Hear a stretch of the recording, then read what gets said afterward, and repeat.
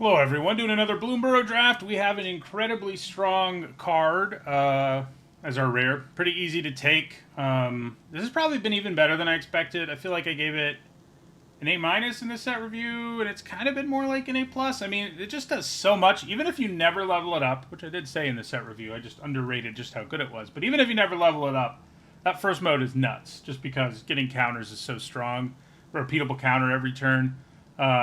The other two modes are, they give you value too, but they actually give you a lot less, especially for how much they cost. But it's just upside on a really good card. So it is what we take. Hop 2, it's really great.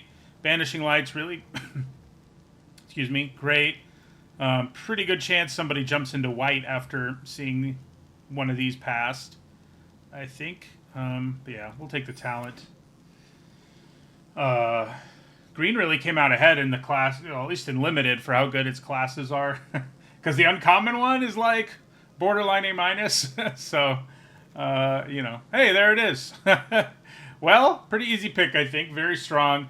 Not as good as Innkeeper's talent most of the time. It's a removal spell. Requires you to have a creature, but like Innkeeper's talent, it just generates all this extra value when you level it up, in addition to, it's not as good as a baseline as Innkeeper's talent, but it gets more value probably when you level it up than the talent does. Polywallop's pretty good even outside of the Frog deck. I like Head of the Homestead a lot. It might just be the best of these hybrids. But yeah, it's Hunter's talent. Start the draft with 2 classes. Okay. Got some good stuff here. Lots of white. The gerbils, pretty good if you're just an aggro deck. I mean, you usually have like 1 or 2 cards that give gifts, and when you have this in play, you almost always want to give them a gift. Star Charter's really only good in black-white. Like, if you can't gain enough life, it's just not very good. Shrike Force is pretty good in any deck, and it's a great place to put counters or the buff from Hunter's talent. But there's also a Head of the Homestead. I mean, I think Shrike Force is maybe a little better. The only thing I'm worried about is that we've passed so many good white cards, and we're going to pass more. Like, people are going to want these 2 cards, that white may not be open enough for us to actually play it. So it makes me lean a little towards Head of the Homestead, which I think is about as good. It's just more expensive. Like, it's just such a good card that I think I'll take it. It'll make the cut in our deck more likely, and that definitely matters. Okay, so I like the Boxer. The Dray Leader's really only good in black-green. I don't know how I feel about this format having so many cards that are only good in one deck, pretty much. Like, I'm okay with some of it, but there's just so much of it in this set, and sure, it kind of means people can draft more powerful decks consistently, because if they're in the right one, this is great. But it's also super punishing if you're not like paying attention to things. But yeah, we'll take the Boxer. I think I do like the Swordmaster, but green seems really open, and we have 2 great green cards. So I think I'm just going to take the green card. That is quite good.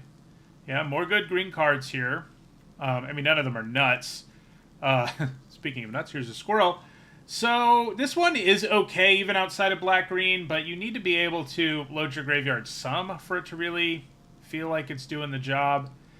Stocking the Pantry I don't like for the most part, but, if you have Innkeeper's talent, it gets interesting. But I think we're probably going to take, like, the Rampager. It's good in the widest variety, solid in the widest variety of decks of all of these. Yeah. Okay, well, I think we take Bushy Bodyguard. It doesn't feel terrible even if you can't forage at all. And if you can forage, it gets really good. I like it more than the Druid or the Sticky Tongue Sentinel. Okay, so Cultivator is here, and I sort of feel like that's where we're going. I do like the Mentor and the Pathmaker, but yeah, I mean, maybe we're going to end up in black-green. Although it does look like black's very open now that you mention it. Maybe I'm supposed to go to red. Yeah, let's take the Pathmaker. Yeah, don't really want those. Okay, well, this is a very late take out the trash. So I think that does that. Pathmaker plus take out the trash probably means they're supposed to be red-green. Still a playful shove. Still ahead of the Homestead. Still an Herbalist, although the Herbalist, it's okay in any deck. It's not one of those cards that's only good in one deck, but it's at its best in green-white. I think we take the shove over Head of the Homestead number 2. It's not going to be that easy for us to cast. Head of the Homestead is the main problem. Like, we'll play one, but playing more than one is sort of asking for trouble sometimes, because you do need double green to play it. You know, if you're in green-white, it's really easy to cast, but I think I like Rallier more than Might of the Meek. You know, it's not exciting, but it does have the right creature type, among other things. All right, we'll take a Grotto here. Splashing's not a big thing in this format, but, like, we might find a reason to do it. Yep, feels like red-green was the right place to go. See, this is a rare class, and it's not even that good, you know? I guess we have a rare class, too, but Hunter's Talent is way better than Scavenger's Talent. And Limited, of course, is what we're talking about here. So, here's a card that's mostly only good in blue-green. Here's a card that's mostly only good in green-white. Then we've got a Pathmaker and a Cutthroat. I have seen a couple hop to it, huh? I mean, you know, this has okay stats, so you'll play it in any deck, and it'll occasionally put a counter somewhere, but if you're not doing it a lot, it's not that good. I'm kind of thinking maybe Cutthroat.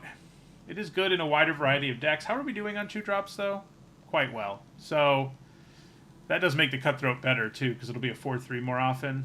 Yeah, we'll take the Cutthroat. Okay. So here, there is a Junkblade Bruiser, which is really easy for us to cast. Oh, there's a Brambleguard Veteran. I don't know what I'm talking about. All right, Brambleguard Veteran it is. Buffs all our raccoons, gives them vigilance when we expend. So, above rate stats. It's exactly what we want. So, is Baker's Bane duo. Definitely better than the Scribe or the Cutthroat. Just gives you so much value for a 2-drop.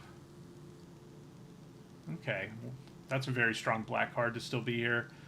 Mind Whisker's pretty good too, but obviously we're going to take one of these things. Pathmaker triggering Expend, like, definitely matters, and so does the fact that it's a 2-for-1, so I think I'd take it here. I haven't been that impressed with Roughshod Duo. It's fine, but 3-mana things that have 2 toughness, like, can be a pretty serious liability when they don't do anything else on ETB. Like, the Pathmaker's even more fragile, but it gives you a card, so it doesn't matter that much. Okay. Yeah, things definitely look less open coming from this direction. Not going to be good enough at foraging for that, so we'll take the Brew. I kind of doubt we play it in the end, but it does seem like white's really open from this side. Ooh. How good are we at targeting things? I don't think we're that good. Because if you are good, this gets to be ridiculous. It is ridiculous with Hunter's Talent. Yeah, we're not that good at it. We can do it. We've got Raccoon Rallier, Sazakap's Brew. Maybe I'm supposed to take it. Prioritize tricks a little bit more. You know, I do like the Guard Mouse, but it has the same problem where if we're not that good at targeting, it's not that good. But it's also a 4-drop, so that's like way more of a liability, I think. So.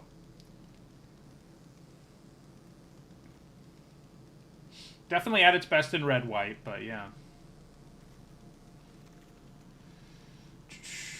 Okay. I think we probably take a Root Weaver. Like, it's going to get us to the point where we can expend more quickly, and it's just a good 2-drop, so better than these other things. Okay, so worst week, if we were in red-white, same thing with Guard Mouse.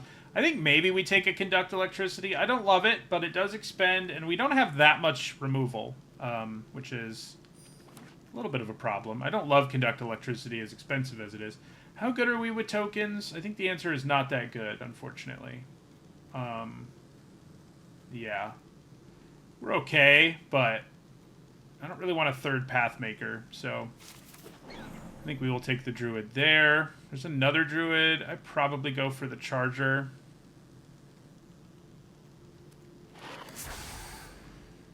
And a Cutthroat.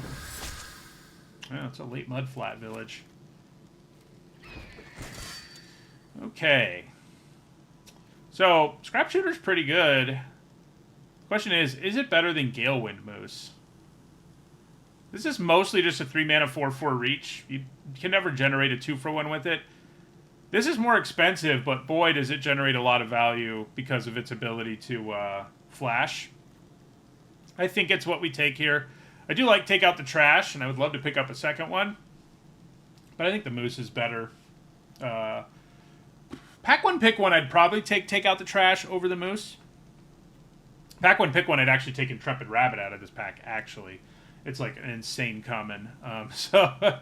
So it would be better. I would take it over the rare, the uncommon, and the premium removal, the Intrepid Rabbit. That shows you how good it is, but we're too late for that. Okay, well, here's a take out the trash. I think it's what we take here. Makes me feel less like I need to run Conduct Electricity, and that's always a good thing.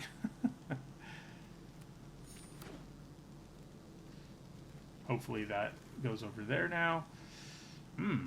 So Rahl is strong. We have a tiny bit of fixing between Hidden Grotto and stuff.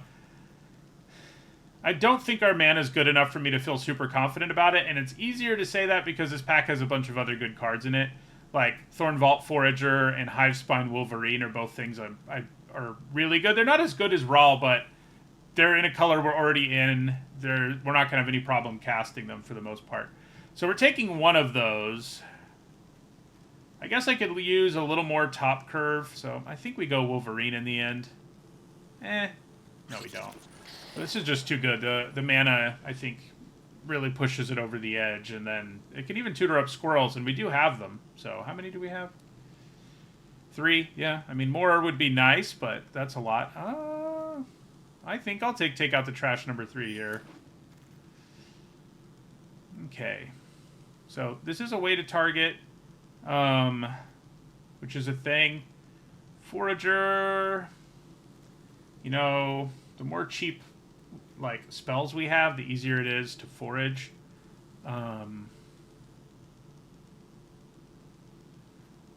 The duo's not bad, but I think we'll take a Forager here. Another Pathmaker or another Brew. I think we're probably going another Pathmaker. That is a late Intrepid Rabbit. Yeah, we're not a cash grab deck. I'm probably not playing 4 Pathmakers either. Ooh. So another Bodyguard. If only we were good at foraging. I think we're probably supposed to take Baker's Bane Duo over another Bodyguard. Yeah, I like Splash Lasher.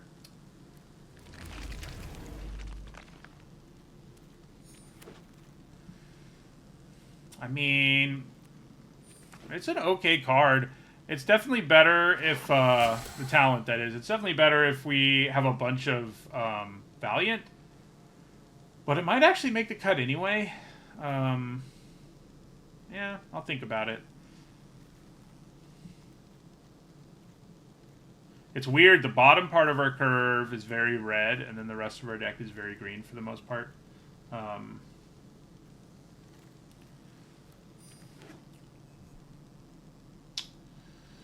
So,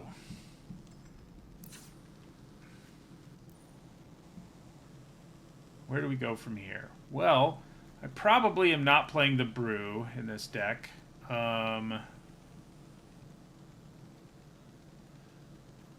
Druid of the Spade's not going to be very good. Just don't have enough tokens for it. Forager's kind of on the chopping block. At least one Pathmaker should probably be cut. And I'm not sure I want Spark Shooter either. Or 2 Cutthroats for that matter.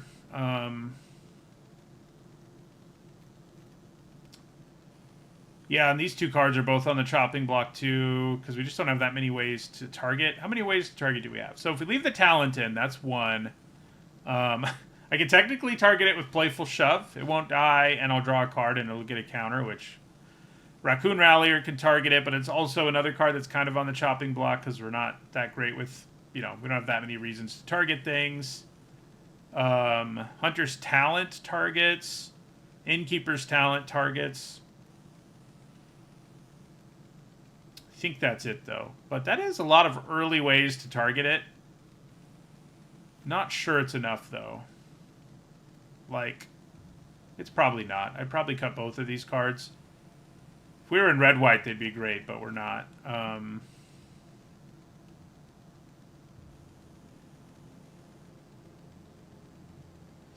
So yeah, I don't like the Rallier. The Charger, I mean, it's okay. Same with the Charger, but it's not great. It is a way, we do have more ways than it looks like to trigger expend, but in the end, we didn't end up with that many expend payoffs. Like, we have a few, this one most notably, but like, we do have a more limited number than it looks at first. Yeah, I'm kind of thinking cutting one Rallier, one Charger, maybe a Spark Shooter. I mean, it's going to be a 4/4 Menace, like, a decent chunk of the time in this deck, but it's certainly not always going to be, and boy, does it feel bad when it's not. This feels a lot less bad, you know, when it isn't. It's still not great if you can't, but, you know. So I'm sort of leaning towards cutting Spark Shooter. We still have lots of cards that expend, and again, we don't have that many payoffs, really. We have Brambleguard Veteran and Bare Knuckle Boxer, the really big ones, but, you know, Baker's Bane Duo also does it. But yeah. Oh. Maybe it's the Forager? I don't know. We do have 2 Baker's Bane Duos. We have some cheap spells. This can let us rummage. I think the Forager's good enough to stay in our deck. So yeah, I think we'll cut Spark Shooter. It's not going to be as good here as it is in black-green, but, you know, we have 2 ways to cast food and plenty of ways to load the graveyard. And we can run it out on 3 if we really have to. And when we can get back, like, a Pathmaker or a Head of the Homestead, it feels pretty absurd. So, all right. So, let's see how this deck does.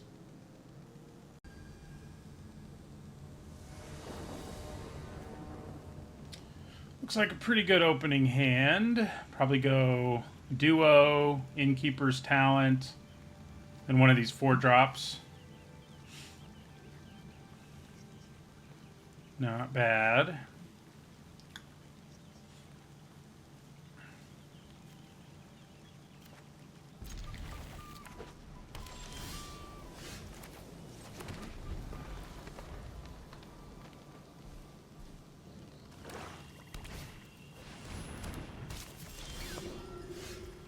Does that change anything?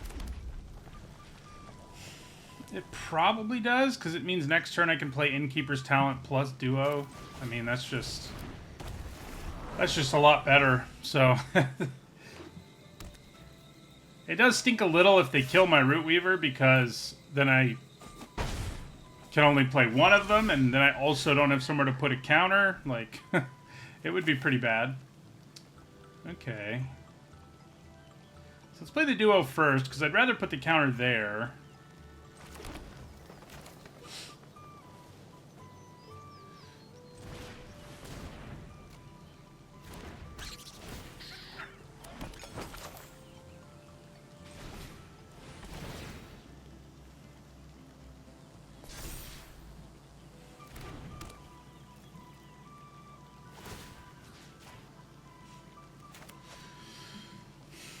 And, like, even if they kill the Duo here, it's like, whatever, you know? And it looks like they're going to.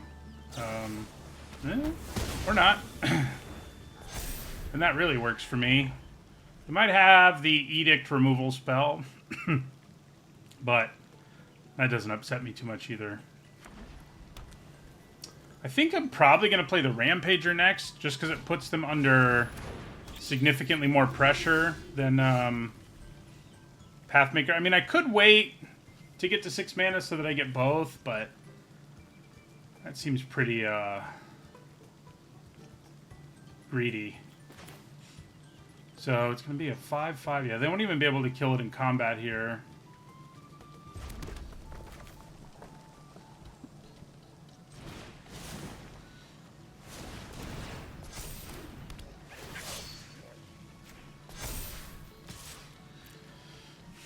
So they have to take 5 or chump block.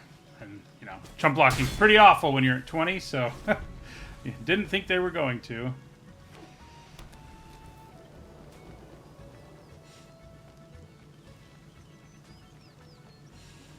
Next turn, we probably play Pathmaker and level this up.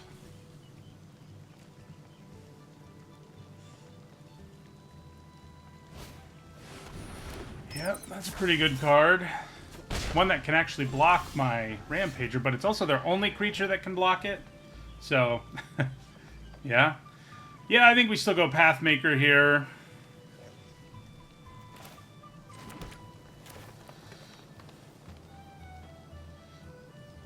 And then again, I have pretty good attacks.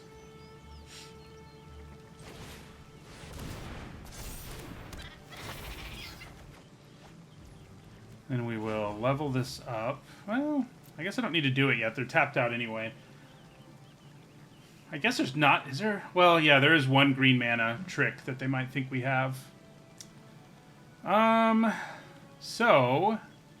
The duo is no longer a great attacker, so I'd probably just put the counter on Rampager and attack with it. The reason it's not great is they have so much high toughness stuff over there. But they can't block this, really. Not really. And yeah, now we'll level this up.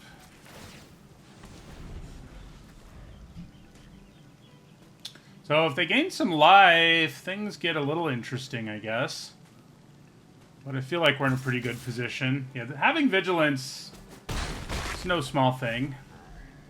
Hopefully if I draw mana for the Moose, I do not. But if I had, I probably would have waited to play it. So I'd probably just play both of these out. It's not like they can do... I mean, they might be able to do lethal, I guess. But they're going to have to block. Yeah, so let's play...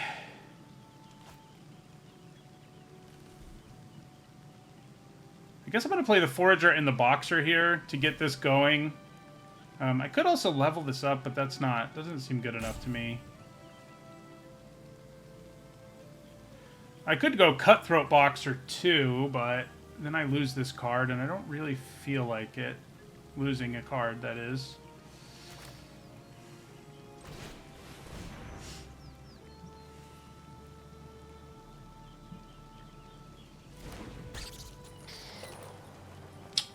And yeah, I think we do play the Cutthroat.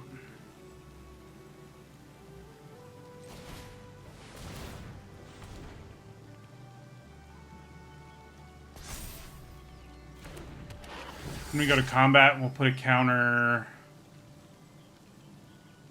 here and attack with all three of these. This is going to gain ward, so if they have Sonar Strike, they're not going to be able to use it. Okay. Well, that makes sense. That makes attacking with both of these significantly less attractive. And might also mean they have a better chance at finding lethal against us here. Which I think means I need to send in the duo, so they have to lose something. Yeah. Because if they don't lose something, their chances of doing lethal to us are a lot higher, and they have to lose something here or die. So, works okay. Obviously, also attacking with a 5/3 was way better, and that's why they did what they did. Getting rid of their thing that can mass pump makes me feel okay. But they do have 6 damage in the air. They don't need that much to turn it lethal still. The mass pump would have made it lethal pretty much, right? So, let's see if they have it here.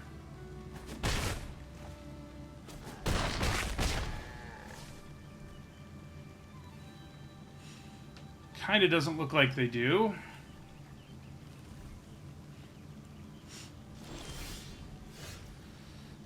Well, okay. So we're going to be dead next turn if we're not careful.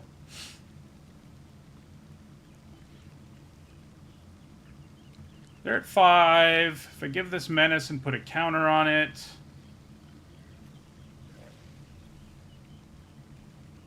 I mean, they have to block both of these. So... I think that's pretty good news. Drawing a 6 land would have been nice, because then I could trigger this at instant speed, have a reach creature ready to block. But yeah, I think we can get away here.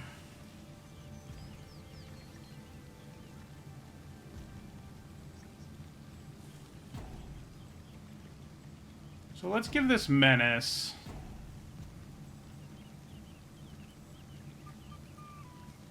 No, never mind. It's not that good to give it menace.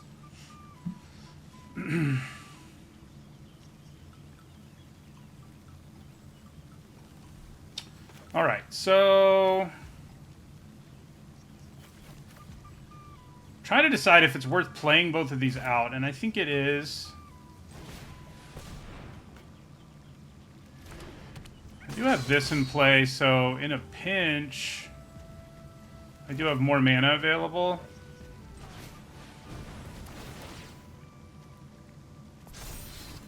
In fact, yeah, we're not doing that. In fact, I think we're going to do this to give this menace. Yeah.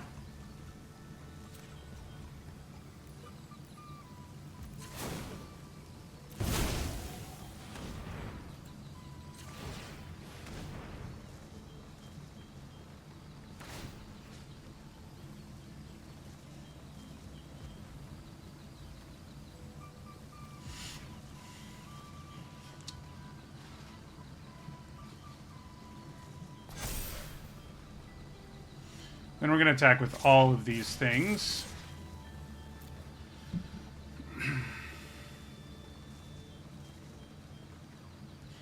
So, like, they've got to lose stuff here or die. Like, they have to block both 5-power things, and they have to find a way to block Cutthroat plus Fish. Yeah, that helps.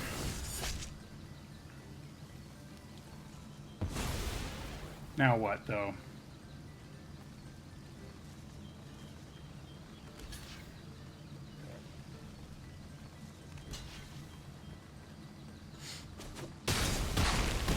Ooh, that means we're dead, doesn't it?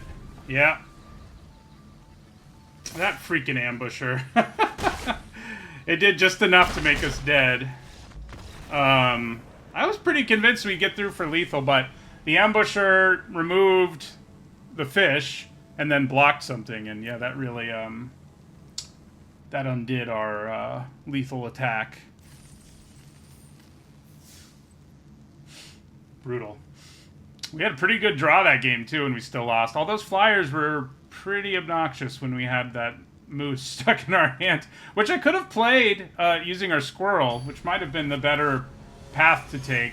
But it seemed like putting more pressure on them was better, but maybe not.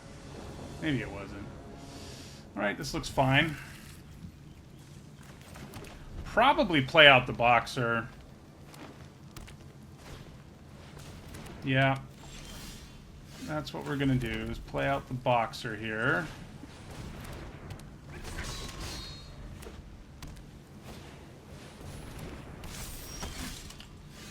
Okay.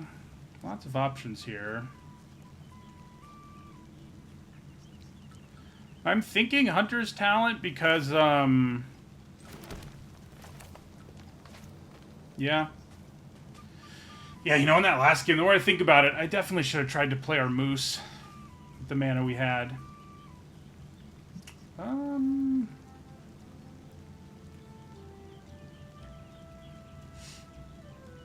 But yeah, I'm thinking Hunter's Talent here because getting it going is pretty good. And it's good to use when your opponent's tapped out and stuff. I mean, I guess I'm going to attack first. I kind of doubt anything will come of it.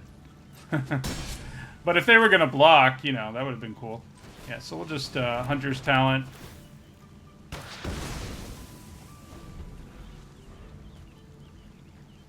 So yeah, if I cast Take Out the Trash, it's not that hard for me to, well, now we don't really need to. So I think we just kick this and attack with an indestructible Bare Knuckle Boxer.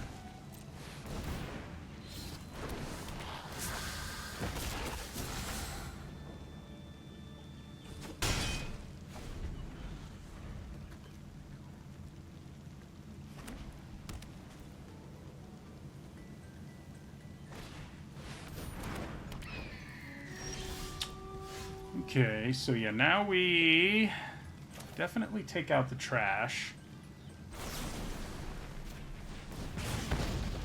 And we will do this. Interesting. Yeah. Also sets up Bushy Bodyguard in the future if I do it. I probably discard 3-tree Rootweaver because I don't really need it right now.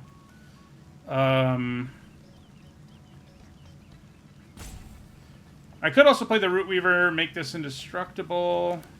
But, yeah, I think just...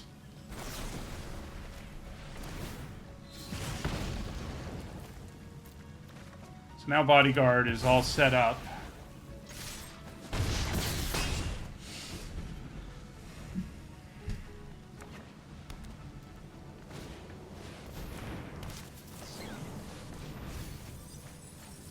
No squirrels, but they're going to get the 5-mana 3/2 that makes 2/1/1s back, presumably. Yeah.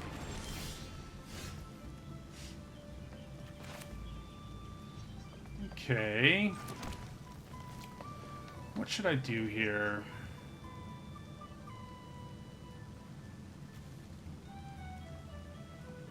So... I'm probably supposed to make this indestructible. I could level this up and attack with both of these. They block, take 3, but then I lose my Boxer, who's going to be indestructible like the next 2 turns. So I'm leaning towards Bodyguard here. Attack with indestructible Boxer. Yeah.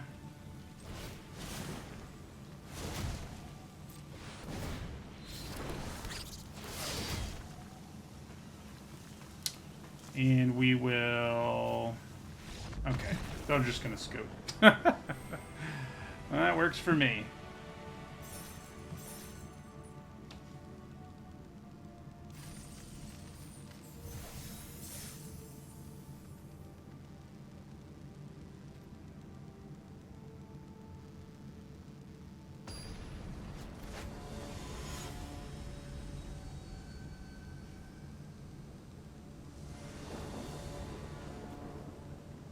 Okay, kind of an awkward hand because we don't have any early creatures, but I do think it's a keep. You know, we've got removal, one of the best cards in our deck. Hard to just throw it away.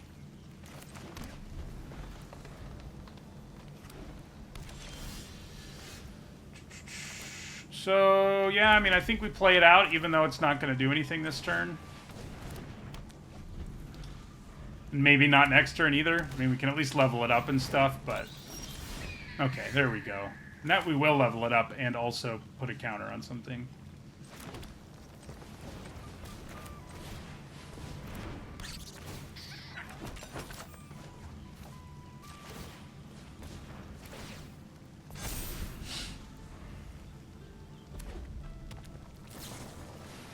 Mousetrapper.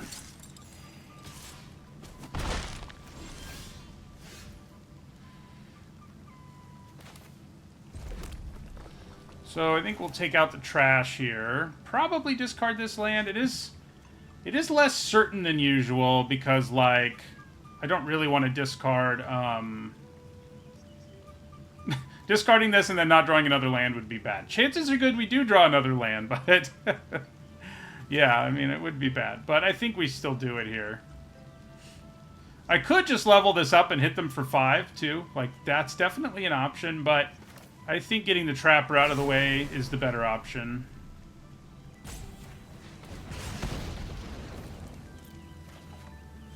Alright, we did draw a land, which works for me.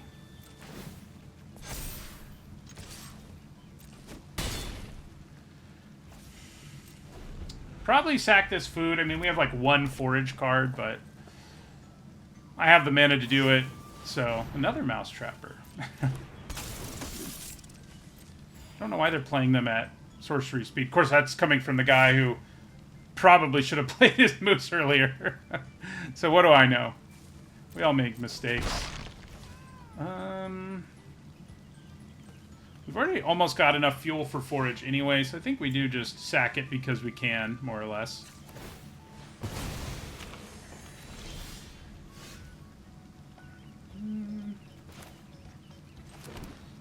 Yeah, so let's play our Head of the Homestead. I'm going to put a counter on one of them. Probably on the head itself.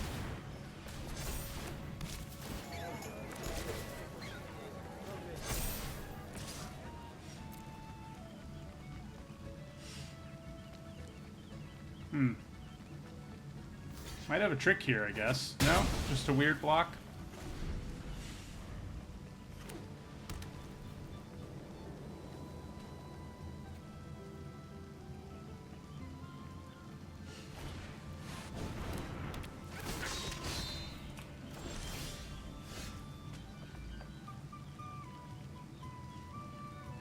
So Pathmaker makes this grow to 5, then I put another counter on this, attack with both. Yeah, it works. That does work.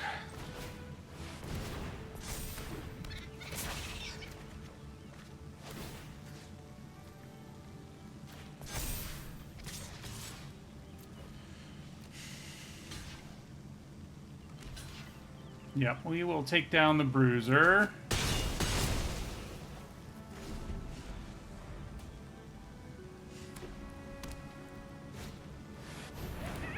Aww.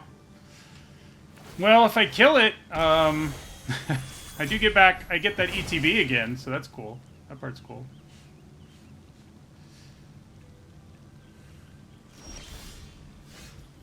Okay. I think we play the duo and then use this, you know, so that we get the value out of this card. So yeah, we play the duo. Well, we're just going to level this up first.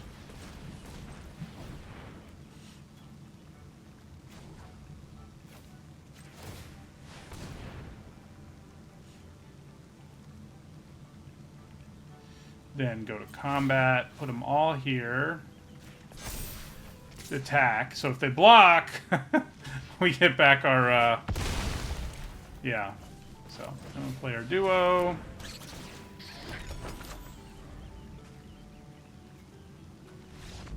Yeah, it's a hard card to beat, even though our first opponent did. Even though our first opponent did.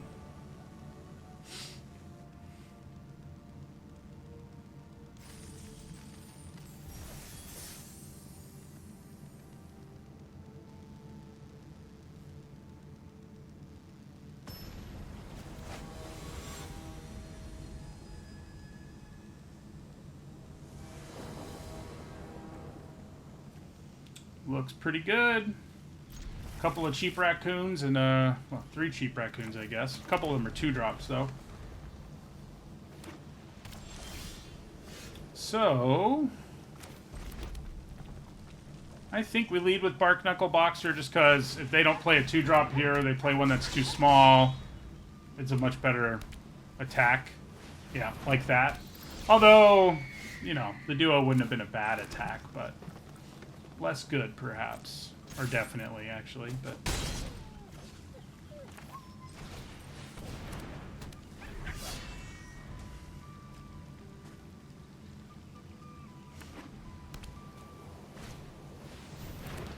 Double Life Creed duo. That's an aggressive attack. Surprises me a little. Well...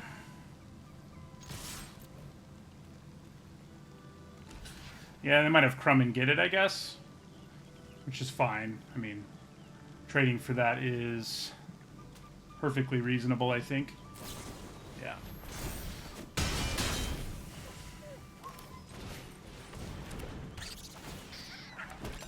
So now we can forage on our next turn with our Forager. And we probably do. It'll trigger both of these, so... that's a lot of life.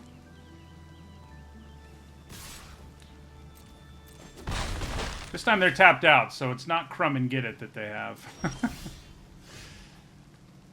Alright, yeah, so we go Curious Forager, sack the food.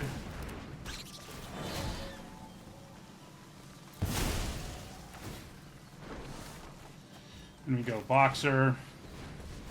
Trigger both of those. Attack with both. But, like, anytime they play a card right now, this can hit us for 4. It turns into Sarah Angel. Anytime they play a creature, I should say. Like that.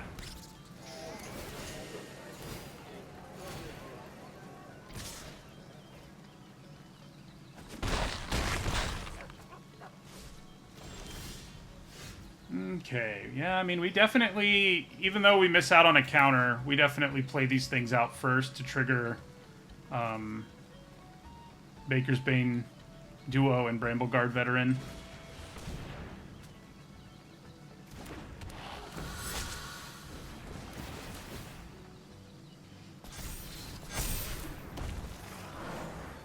Yeah, they can't even kill Brambleguard Veteran without a little extra, so I think we definitely swing with all of them.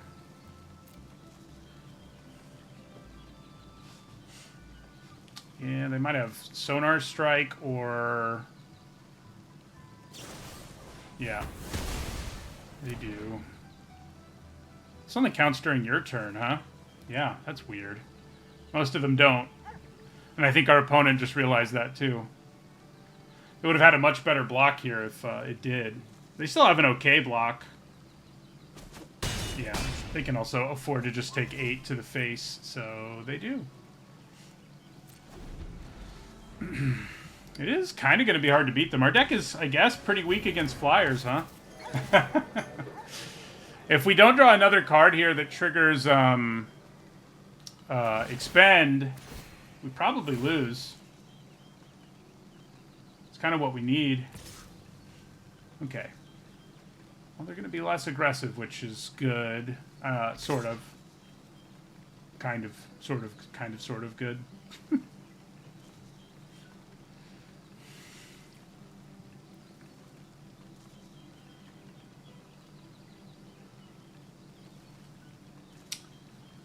Come on, draw an expend card. I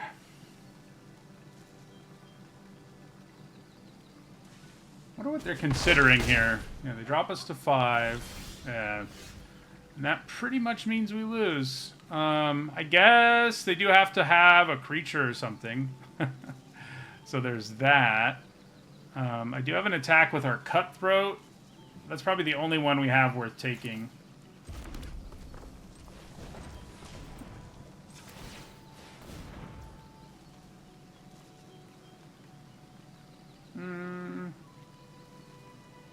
No matter what I do, I can't kill Waxwing Witness here.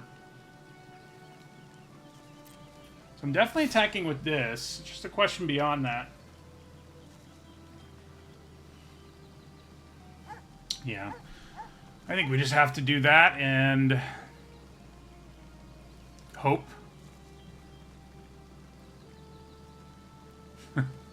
Hope that they don't draw a creature, because if they draw a creature, we're dead.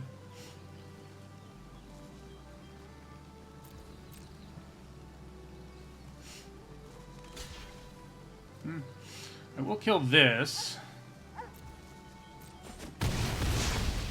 They probably have a creature in their hand since they were so willing to block it. I mean, it's... them having a creature isn't some huge leap. Oh, looks like maybe they didn't have it, which is good news. So's that. So, let us kill Life Creed Duo, I think. And then maybe we'll draw into a card that will let us trigger Expend.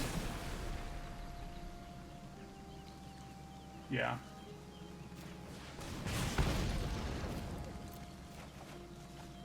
Ooh, that's actually a really good draw, because not only will it trigger Expend, it gives us life.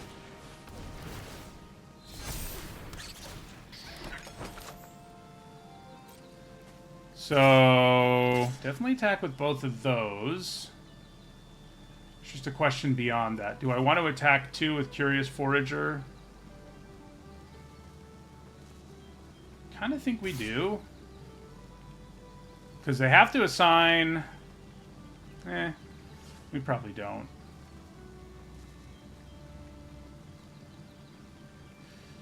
We've got to make sure 2 flyers die here. Or 1 flyer dies here is the thing to feel okay about things. And that's certainly more likely if I send in the Forager. They only have to block 1 of these right now, so... yeah, let's do it.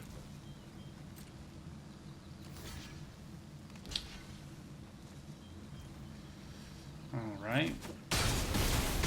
Drop them to 4.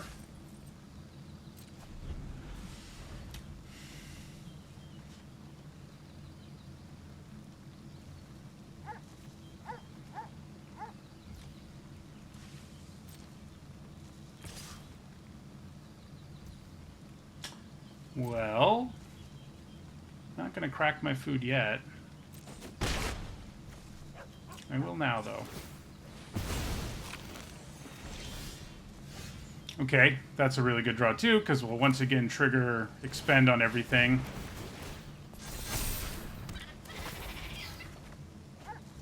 Ooh, that's beautiful. Okay, so Hunter's Talon off of that. We drew really, really, really well in that game. No way around that.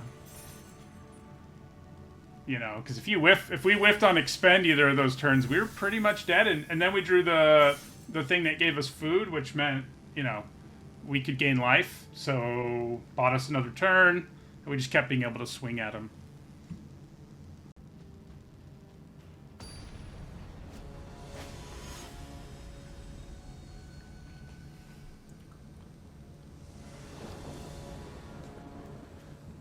Okay, looks like a pretty good hand. Not sure which of these 2-drops I'm going to lead with. I can play this on 4, so I should probably lead... I mean, yeah, I should probably lead with the 2-drop that it doesn't have an alternate mode.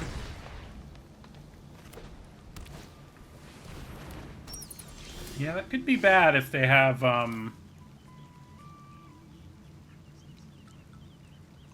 enough juice, you know, to trigger its abilities and stuff. I'm leaning towards the Root Weaver. It can also block this thing. And, like, I probably would block it. You know, even if it just burns a trick. Okay.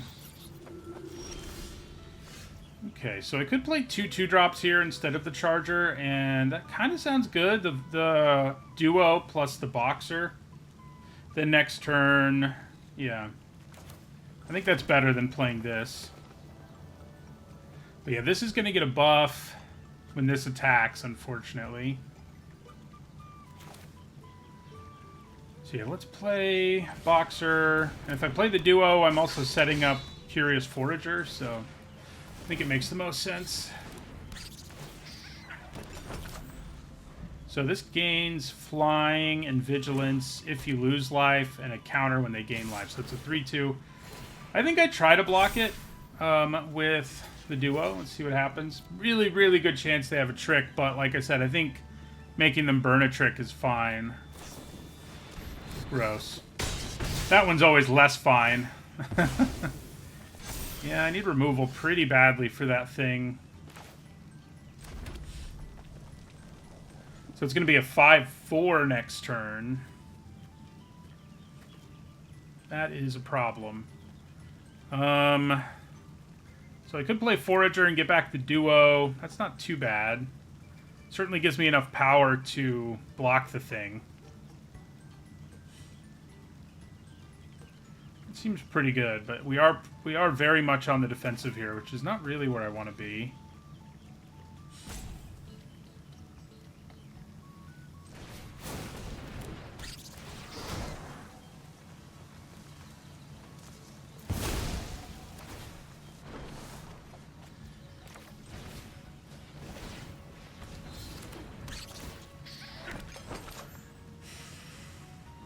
I mean, I'm not going to triple block the thing, but if they do kill one of these, I can't block it effectively, so I think I just pass, unfortunately. Yeah, turn 2 Essence Channeler into Moonrise Cleric when you have no removal is a beating. They don't even have to attack with it either. They can just buff it, continue to buff it while hitting me in the air. Oh, good. Now they have an additional buff. I feel like it's been a while since I've seen a Bat life gain deck get there like this, but they've definitely done it. Because this will give them Death Touch, so like a double block isn't nearly as good. They've only got 1 black mana now, though, so I should be able to kill it with a double block. And I think these two are the ones I like the least.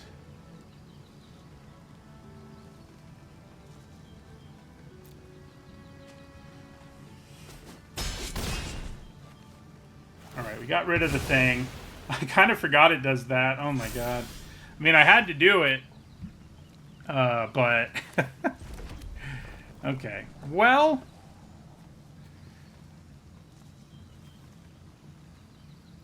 So I think we attack for 3. I guess we'll just play this first because... Indestructible. I mean, I doubt it'll... Oh yeah, I can't attack for 3, so I still need to find removal, basically. Every other time I've seen this card, it hasn't done anything, but it did something here, didn't it?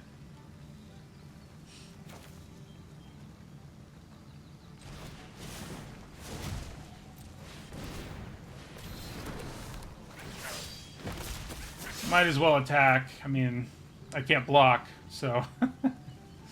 Yeah, I was gonna say, they don't have anything to lose from blocking, so...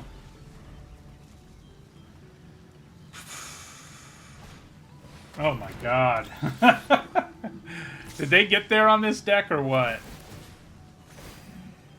Yeah, so we're just dead in the air next turn. Yeah.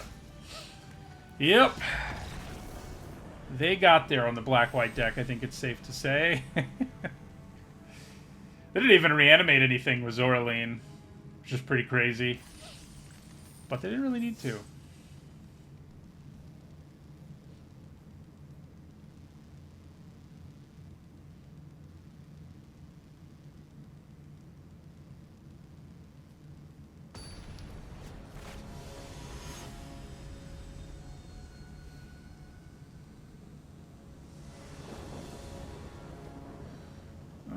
Okay, only red mana, huh?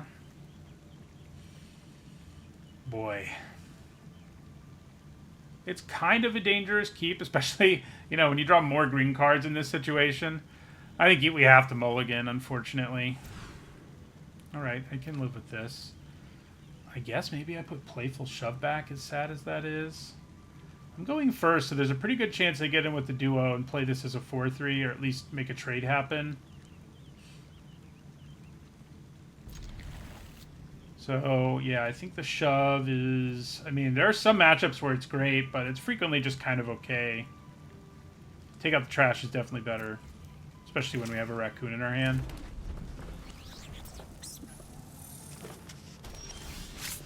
Two cutthroats.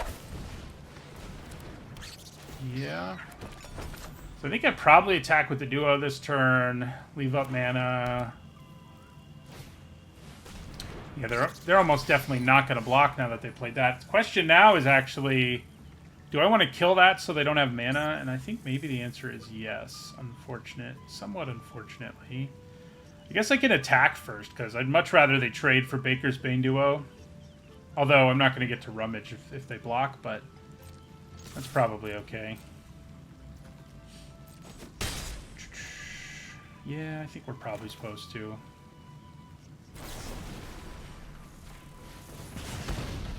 Discard.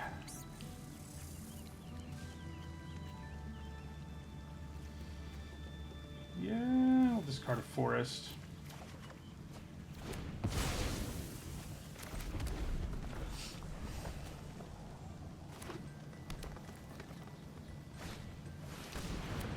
Well, that's gross. Pretty much have to find my removal again. We do have a bunch of it. Including 2 more take out the trashes.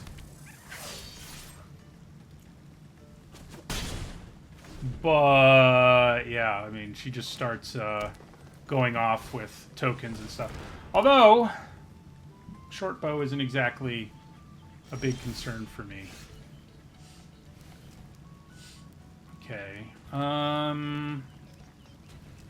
Well, I think we attack with the Rampager and then play Cutthroat, maybe. Once they block, which they might. No, they do not. I'm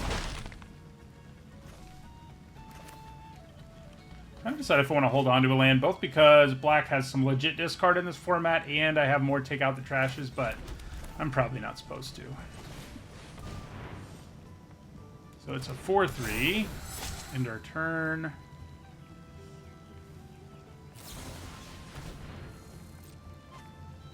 Yeah, now they have a food, so the squirrels are about to emerge. The good news is, Rush Shield Rampager can't be blocked by them.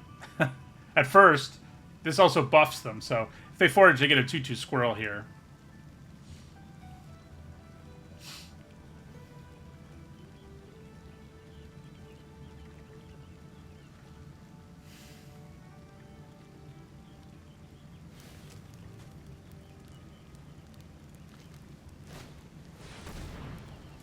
Yeah, we just paid a life here pretty automatically, I think.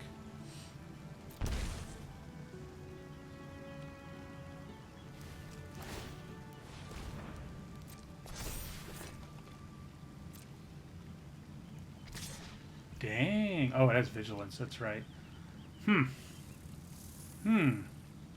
I mean, I think I'd probably block.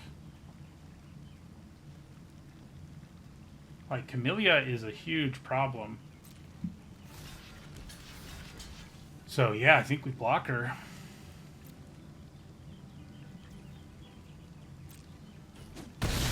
They may have a way to get her back. I mean, that would explain why they were willing to go that route there. Innkeeper's Talent is a good draw here.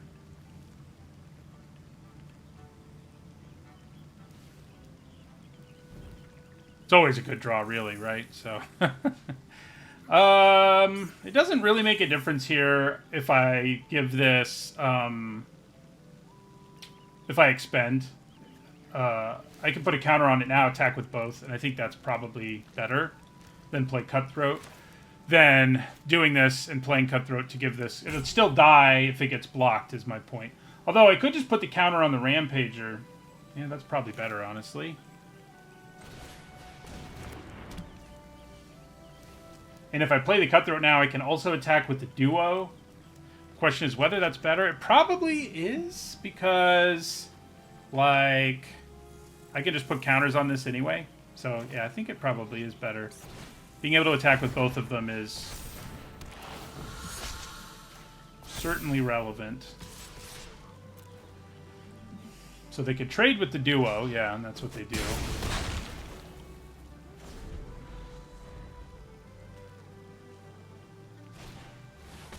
Oh, that's sad. I have to play that when I don't have any cards in hand. I mean, it's better than nothing, but it's still kind of brutal. Okay, we bricked on our draw, but it's kind of okay, actually.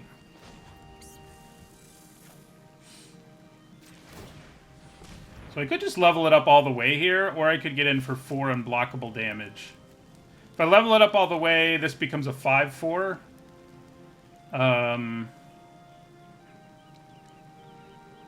It'll be 4 unblockable damage, actually. Is making it going the 5/4 route even better? It probably is. I mean, I still have the threat on the board next turn, yeah.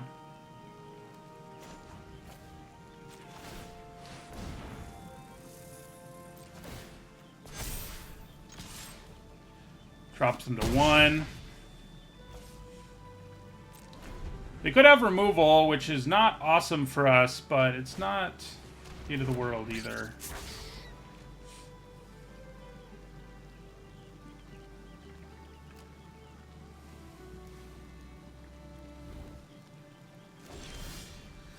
It's not awesome that we're bricking on our draws, but the good news is we do have a pretty scary threat. I mean, again, they might have removal, but if they don't, they have to block with both their creatures here. Looks like they might have it. Oh. That's pretty good. I'm glad it's not a permanent buff, but they are going to get to kill my Cutthroat here.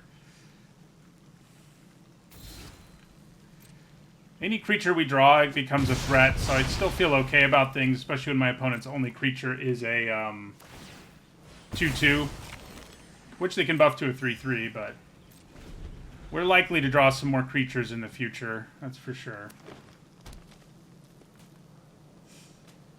Oh yeah, see if they have a recursive spell here. That would be bad news, for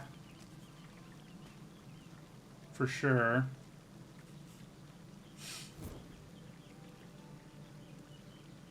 I kind of suspected they did, yeah. They just hadn't had time to use it yet. So now we're in trouble, I think it's safe to say. When they were willing to attack with Camellia earlier, I was like, that's weird. Now it makes sense. How many cards in the graveyard do we have? We have enough for our 1 forage card, so I think we're just going to throw this away to gain some life. We need to stop bricking on our draws. Oh my god. If we'd drawn one creature somewhere along the line here, it would be a very different world right now. But we didn't. So.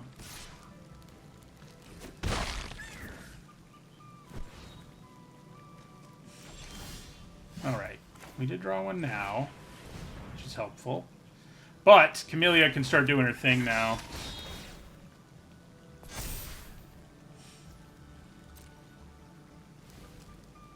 They're going to tutor up a squirrel, too, so they make sure that they draw a creature, at least one.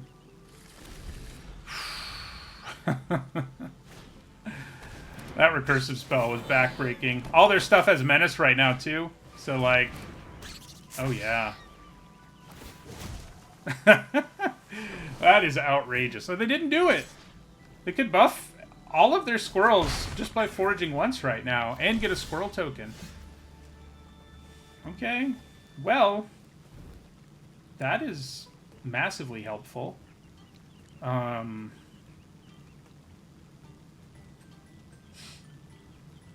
Except that they can put a counter on this in response.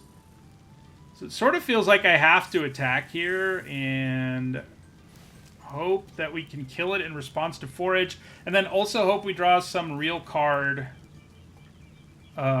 Is it other squirrels? She buffs herself too. Yeah. If they just take the 5 here, we're in some serious trouble. Oh, it's not going to be 5 though. Right. Okay, so they have to block. My hope is that they try to block and then forage, in which case we're kind of okay.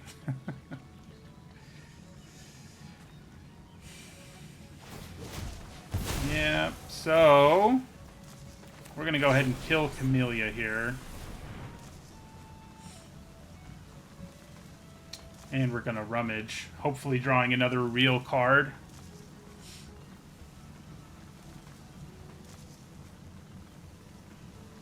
They still get a buff on, like, all their creatures here, and, yeah. This one will get an extra counter. So we're still not in what I would call good shape. But at least we killed that, so the menace is gone. Alright, if our creature can survive, which looks pretty unlikely to me, because they have... Oh, okay, okay. Well... No. No! For a second there, I thought they were going to block in a way that was much better for us. So, 4, 7, 9, 11. Yeah, I don't think we can win. Man, why didn't they chump block? That would have been beautiful. Chump block would have been a beautiful thing. I would have leveled this up, killed some... Would have played it, killed something, leveled it up once, had trample on the board next turn. This deck played really well first few games, not so well the next few games. I decided to hold on to the talent because I feel like the only way... Well, it probably doesn't make a difference, but... Oh, yeah, it's just lethal. Yeah, brutal. This deck was definitely better than it performed. One of our losses was because I played poorly, so... so that's almost assuredly true that it's better than it performed. But those last 2 losses were both kind of brutal. 3-3 it is. All right, thanks for watching. I'll see you all in the next one.